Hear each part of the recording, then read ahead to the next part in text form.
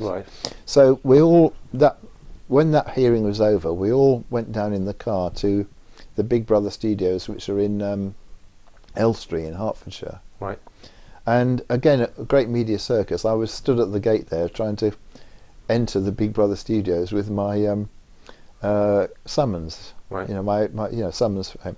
I had visions actually of being sort of able to walk into the Big Brother studio and actually hand it in. But of course, Endemol, which is the company that was organising that, wouldn't tolerate that. Right. So I had to leave it with a security guard and what have you.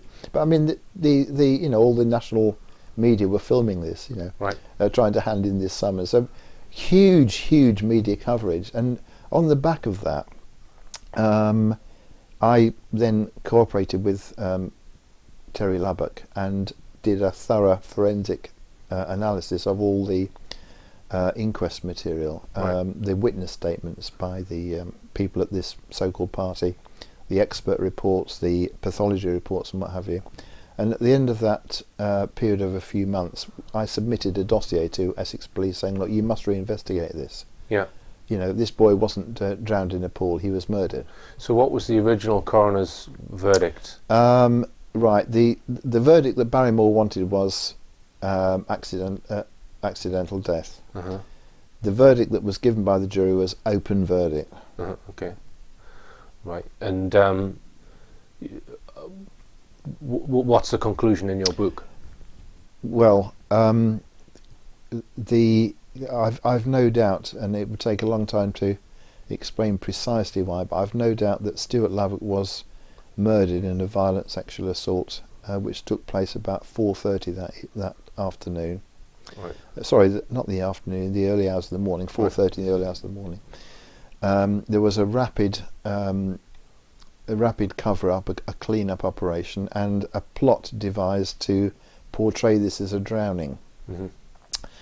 And the ambulance was called eventually an hour or so later after he'd already died. And so the conclusion I come to, which is supported by 3 of the 4 pathologists, basically he was sexually assaulted, either died from asphyxiation or a heart attack, mm-hmm. Or a combination. His body was then taken to the edge of the pool, water thrown over him and some water forced down his throat to make it look like a drowning. Mm-hmm.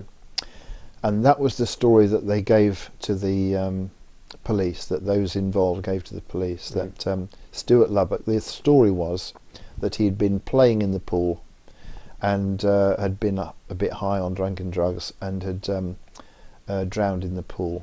Mm-hmm. And when you look at the evidence, the physical signs did not support a drowning, and the main reason for that is because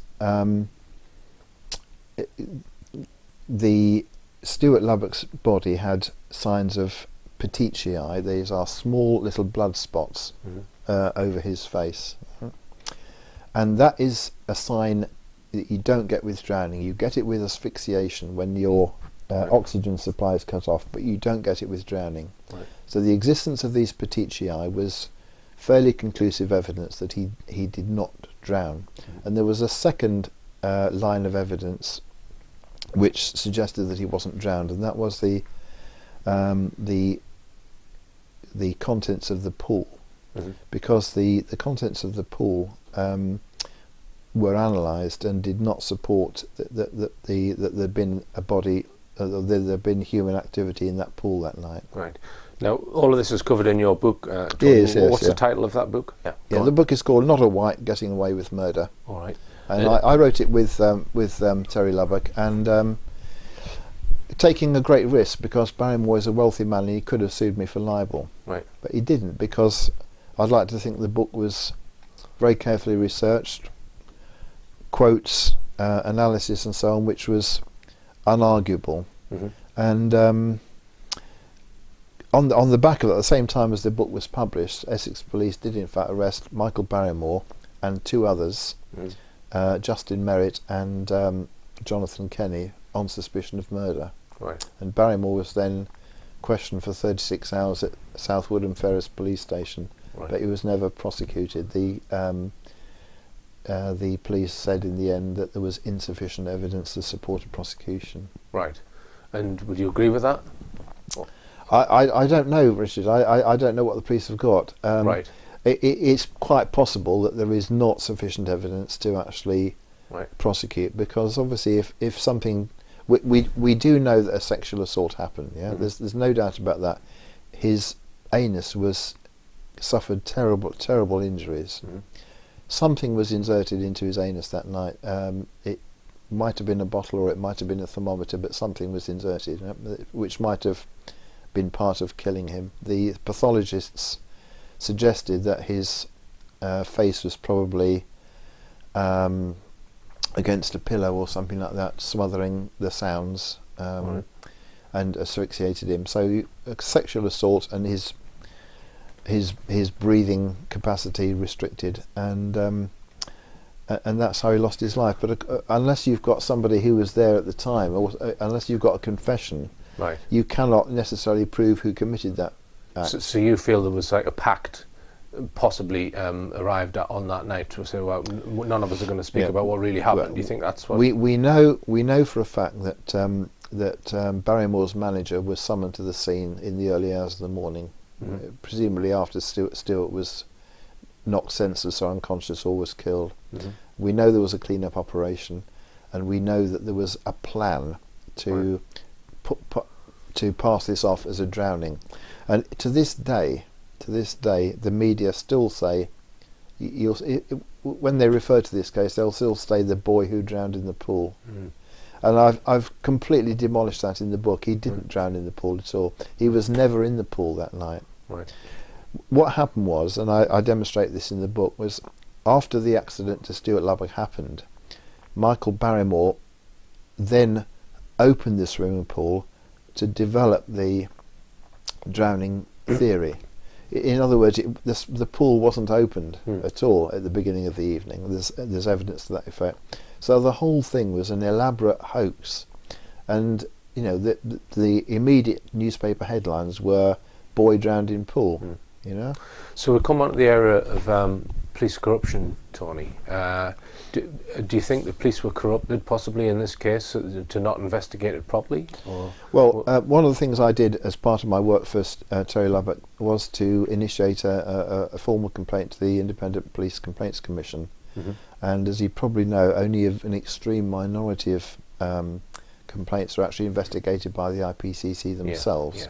And these allegations were so serious that the IPCC, this was an IPCC-led investigation. And to cut a long story short, I think something like 6 instances of misconduct were held against a number of police officers, and most significantly they dealt around the subject of the loss of evidence, which might have been deliberate, and also the fact that Barrymore's manager was allowed to control the crime scene.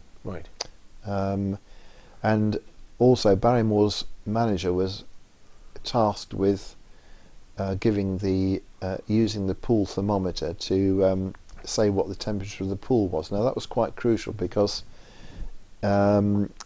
he said his reading allegedly was that the swimming pool temperature was quite warm. Now if that wasn't true, it would, in other words, if that was a fabrication, it would more or less prove the general point that the swimming pool had only just been opened to cover up a crime. Now, I've got experience of one case where I believe there was a police cover-up in a murder attempt, and the detective in charge was very early on telling the victims, if they weren't happy, just make a complaint. If you're not happy with our investigation, please make a complaint. I'll give you the name of the inspector that you made a complaint to. So it was almost as if that was their way of closing the case, by getting the person to make a complaint to the IPCC. I'm actually of the mind that the IPCC is, in essence, just a cover-up mechanism. Well, it's not just a cover-up mechanism, but what is clear from other work that I've done, not only on the Barrymore case but others, is that they are seriously ineffective and are not able to get to grips with police corruption. And the extent of police corruption, I think, has been revealed very much in the last year or so. But going back to the Barrymore case, we do know that Barrymore had extensive contacts in Essex with senior Essex police officers, and it's my belief, which I can't prove, it's my belief that he was helped with the investigation, which was a very ineffective investigation. Evidence was lost, not submitted. When I looked at the way it was investigated, it clearly wasn't pursued with vigour. I don't think there was ever a real intention to prosecute Barrymore or anybody else for that matter, and it was only because we made a huge song and dance about it in 2006 that there was these rearrests for murder. Right. Now, so you said that Barrymore had connections in the police. So do you think that they may have been established due to the connection with drugs? Or is that speculative? I think you'll find that a number of celebrities have got useful connections with police officers. In fact, at the relevant time, Barrymore had been in a relationship with a police officer from the Metropolitan Police. I mean, they were actually going to gay clubs together and all this sort of thing. But there's no doubt in my mind that Barrymore had contacts, and his manager had contacts. So if something went wrong, like you know, he was accused of drug abuse or selling drugs or what have you, that somebody would cover his back and sort it out for him. And if you look at his previous history, Barrymore had been caught several times for possession of drugs and using drugs in hotels and all this kind of thing. The most he ever got was a caution, a police caution. It was never taken to court. Right. So what are we talking? Are we talking cocaine? Yes. Oh yeah. Or I mean, cocaine, amyl nitrate, Viagra. All of these things were used that night when Stuart Lubbock was. Right. Yeah. Right.